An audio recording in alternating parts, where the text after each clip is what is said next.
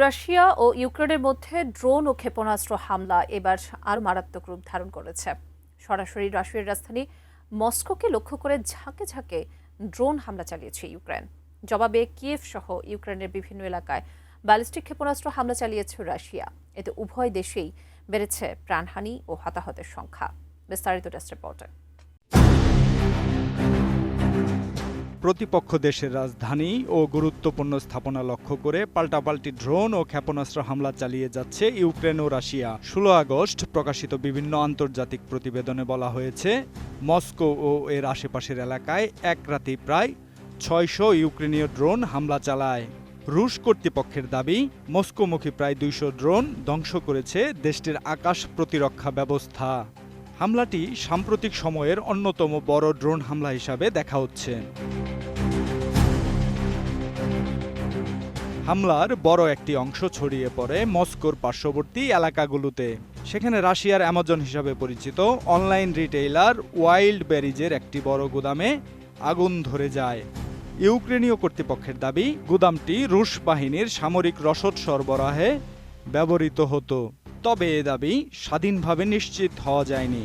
আন্তর্জাতিক সংবাদ মাধ্যমের প্রতিবেদনে বলা হয়েছে, মস্কো অঞ্চলের হামলায় অন্তত একজনের মৃত্যু হয়েছে। রাশিয়ার রোস্তভ অঞ্চল সহ অন্যান্য এলাকাতেও হতাহতের খবর পাওয়া গেছে। আমি বুঝি নির্মাণের শিল্প, সালাম স্টিল বোঝে ডিউরেবিলিটি। সালাম স্টিল, মোস্ট ডিউরেবল স্টিল। এদিকে ইউক্রেনের রাজধানী কিয়েভ সহ বিভিন্ন এলাকায় তীব্র বিমান হামলা চালিয়েছে রাশিয়া। ইউক্রেনীয় কর্তৃপক্ষের দাবি, দেশটির আকাশ প্রতিরক্ষা ব্যবস্থা বেশ কয়েকটি ক্ষেপণাস্ত্র ও বিপুল সংখ্যক ড্রোন ধ্বংস করেছে। তবে হামলার পর কিয়েভের বিভিন্ন এলাকায় বড় ধরনের অগ্নিকাণ্ডের খবর পাওয়া গেছে। ক্ষতিগ্রস্ত হয়েছে আবাসিক ও গুরুত্বপূর্ণ স্থাপনাও। একই সঙ্গে ইউক্রেনের প্রেসিডেন্ট ভলোদিমির জেলেনস্কির নিজ শহর ক্রিবিরিহেও রুশ হামলায় হতাহত ও ক্ষয়ক্ষতির খবর পাওয়া গেছে।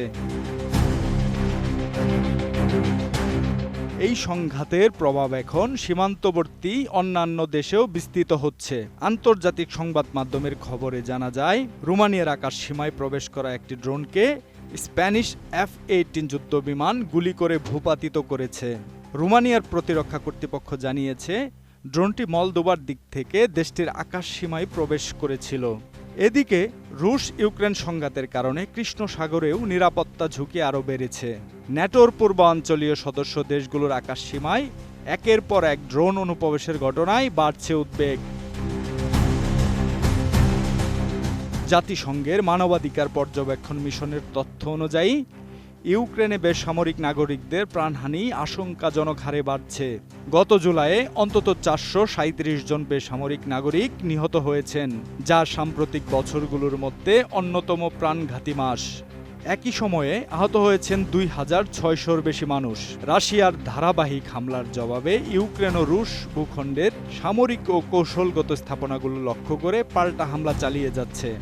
পাল্টাপাল্টি ড্রোন ও ক্ষেপণাস্ত্র হামলায় ক্রমেই জটিল হয়ে উঠছে যুদ্ধের পরিস্থিতি, আর এর সবচেয়ে বড় মূল্য দিতে হচ্ছে সাধারণ মানুষকে। Desk report, ATN news.